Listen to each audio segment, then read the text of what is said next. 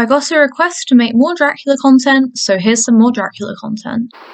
Your will is strong. Greetings, lovely people of the internet. I'm Movie Geek and I upload videos every other Monday. You cannot move for Dracula movies. In fact, Dracula has been a staple of the silver screen since 1922 brought F.W. Murnau's Nosferatu. With this in mind, it's a bit awkward that Nosferatu, the first ever screen adaptation of Bram Stoker's 1897 novel, is often at the top of critics' polls for the best Dracula movie. Side note, if Nosferatu is not your favourite Dracula movie or the best one in your opinion, that's totally valid and awesome. Part of the fun of film crit is that we do disagree and debate and discuss. In fact, I'd love it if someone commented why they thought a different movie was the best one. Anyway, we've had almost 100 years to do Dracula better than Nosferatu did, but, according to some critics, we haven't. On top of this, we now have colour, sound and CGI at our fingertips, so surely it would be easier than ever to capture the themes and power of Stoker's vision.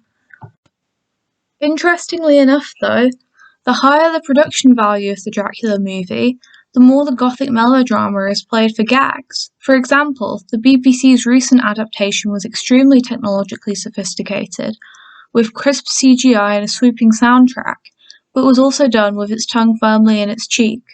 On the other hand, F.W. Murnau didn't even have synchronized sound technology when making Nosferatu, and managed to make a chilling horror movie which you'd find it tough to laugh at.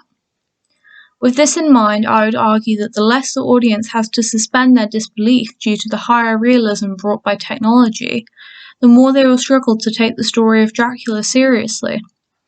A good example of this is Coppola's adaptation. It's a truly beautiful film, but the gothic madness occasionally clashes slightly with the realism of talkies. I would argue that the story of Dracula really lends itself to silent cinema as a medium due to the fact that the restriction of no synchronized sound can actually give the director more freedom to do crazier things on screen because the audience is not expecting realism. I know that many people believe silent movies to be a redundant art form now that synchronized sound is a thing, but I would argue otherwise. It is simply a different medium with different limitations and freedoms. Movies like Kubrick's 2001 A Space Odyssey and Jacques Tati's Playtime use huge stretches with no dialogue to make space for the visual and cinematic artistry. So why not make a whole movie, or a whole Dracula movie, in that way?